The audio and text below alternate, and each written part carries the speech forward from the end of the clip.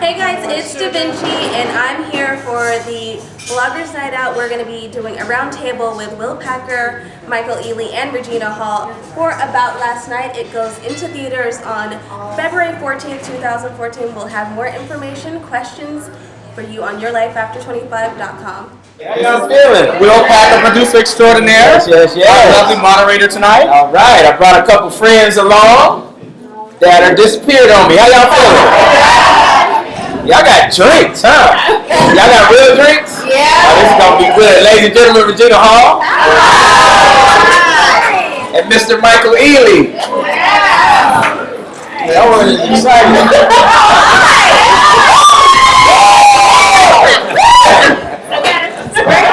We're excited. Right? So, this is not our first time working together. This is something I genuinely want to know about this project. When you came into it, right, you got the script About Last Night. What goes through an actor's head for each of you? I would imagine there's a little bit of trepidation, but I think that each person approaches it differently. Just tell me about it. When you first get the script or get the idea, hey, when I reached out and said I got this project, what's the first thing you think? Tell me how that affected your approach to the process. Ladies first. Well, I always hope I'm going to look like it. So before trepidation, there's hope. I'm like, oh, I hope I like it. When there's certain names attached, for example, like yours, Will. And he did not say that. But when I know that there's going to be a certain caliber of the script. And at that point, you just look and you pray that there's something different about this particular character and this particular character's journey and movie that's going to be exciting to be a part of. And so when it has all of it, and then you cast, you say yes. Love that, Mike. I think you and I are 3 for 3. So if you call me and say I got a project, I'm pretty much knowing I'm going to do it. Probably means we should quit. We should probably. Yeah, we're ahead. We should stop, bro. Yeah, 3 for 3. Yeah, we should stop. No, I find that when I read this particular script, what I liked was it was going to be done by people that I knew and trusted, and at the same time it was it was like I said, it was like we took the relationship movie a little bit further. You know what I mean? I think I told you this was the first movie since Love Jones that I feel got the rise and fall of the relationship right. You know what I mean? So that to me was very integral. And I'm going to say this too. One of the things I loved about it was that I laughed out loud. When you read I read that script and I laughed out loud. Like I could see it.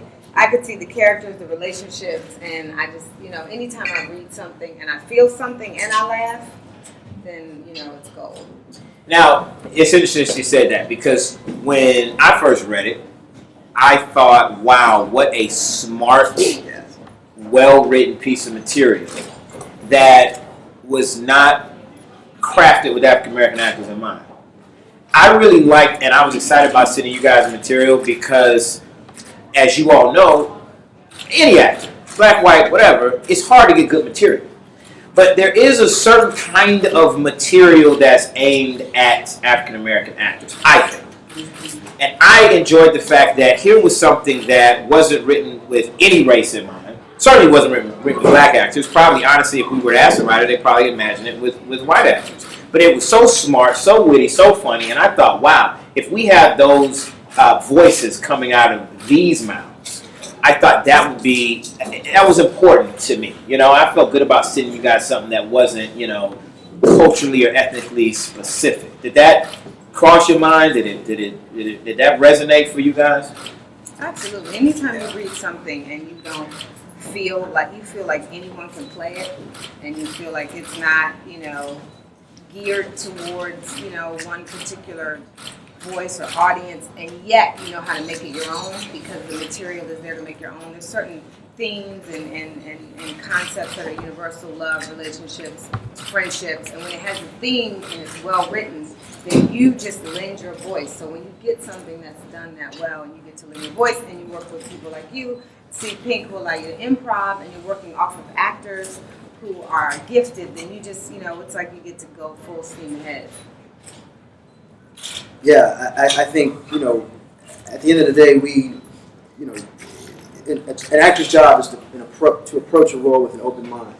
And when you have material that begins and it's already open, meaning there's nothing specific about it other than it takes place here, and even that can be modified, like we did between Chicago and LA. I mean, this was based on a play. It was based on a play that takes place in Chicago. This movie is more of an adaptation of the play than it is a remake of the film from the 80s. And, that to me was the fun part, and that to me was, it enabled me to say, okay, well, I can breathe my own life into this now.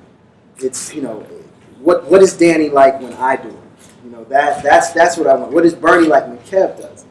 I mean, those were the exciting factors for me. You know what I mean? And I was not ready for what Regina Hall brought to her character. I don't know if any of us were. I don't know if we were.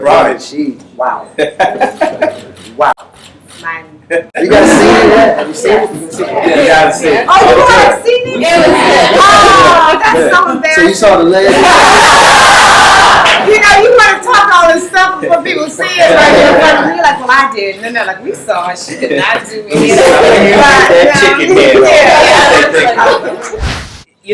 In the past 12 months, there have been more films starring African Americans than in probably the past 4 or 5 years before that. Interesting time. Some good projects by our peers that are up for Oscar consideration. Good time to be Black in Hollywood.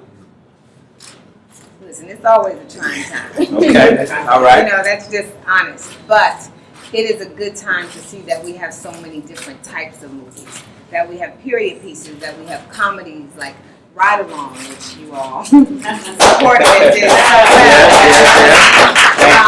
That we have,